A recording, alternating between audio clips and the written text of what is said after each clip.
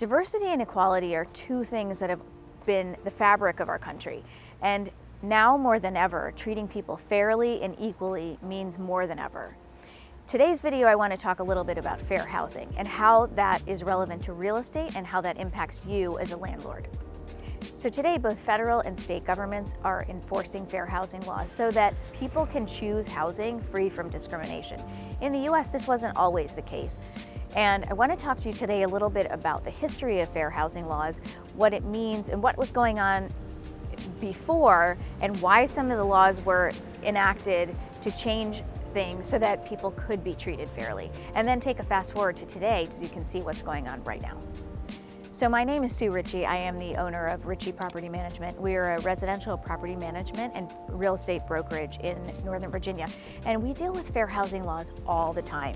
As a real estate professional, we have to care about this. This is not even an option. We have to abide by the Realtor Code of Ethics, and it's something that we take very, very seriously. Let's talk history for a second. If you look back, we had the Civil Rights Act of 1968. That act was actually expanded from the Civil Rights Act of 1964, and what it expanded to include was the Federal Housing Act.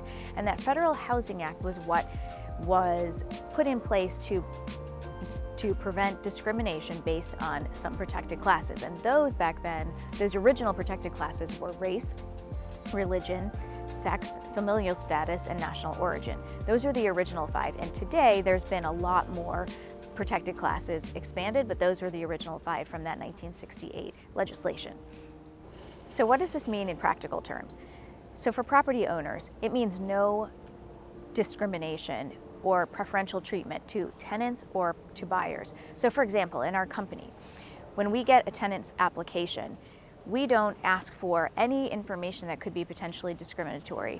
And when we produce a report giving our owners a recommendation whether to accept a tenant or not, we don't provide that information to them either, because we want to make sure that they don't unknowingly be discriminatory, even if they really didn't mean to. If you give some of that information, that might happen even though they didn't really want to. So we want to totally avoid that, and we want to just be as fair and protect ourselves and our clients as much as possible.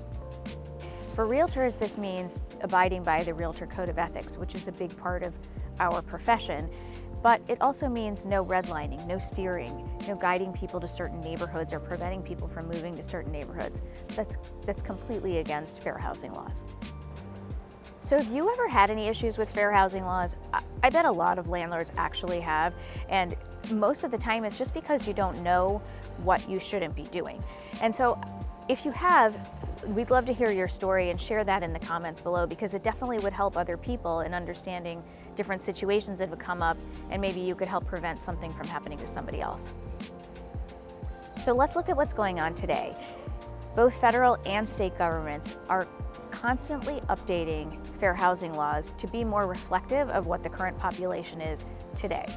We live in Virginia, and recently Virginia updated the fair housing laws to add 4 other protected classes to the original 5. So now in Virginia, sexual orientation, gender identity, veteran status, and source of income are protected classes in Virginia. In DC and Maryland, which are just around right nearby us, some of those have already been part of their protected classes, and in the state that you're in, it may be as well. So, but it's important to you, for you nonetheless, to check and make sure that you understand exactly what the protected classes are in your state.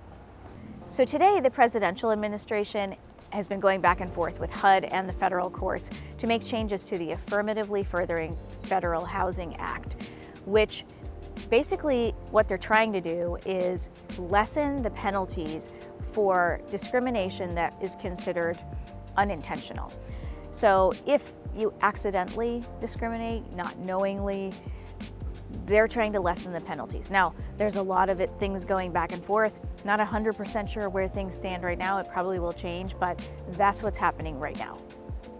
So all these changes are something that you absolutely should keep an eye on to see where they fall, and keep yourself knowledgeable about what's happening both in federal government as well as what's happening in your state.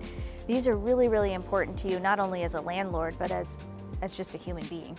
And it's also important that you become aware of sort of your own conscious or unconscious biases and how that can play a part in the decisions that you make, not only in housing, but in your whole life.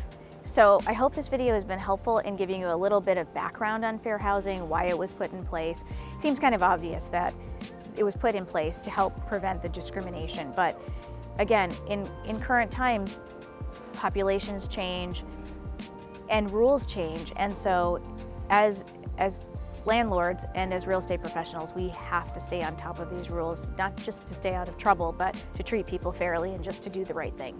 So hope this video is helpful for you. If you did like it, I hope you'll give it a thumbs up and subscribe to our channel and share it with other landlords that you think it might be helpful for as well. So thanks again for watching. I'll see you next time.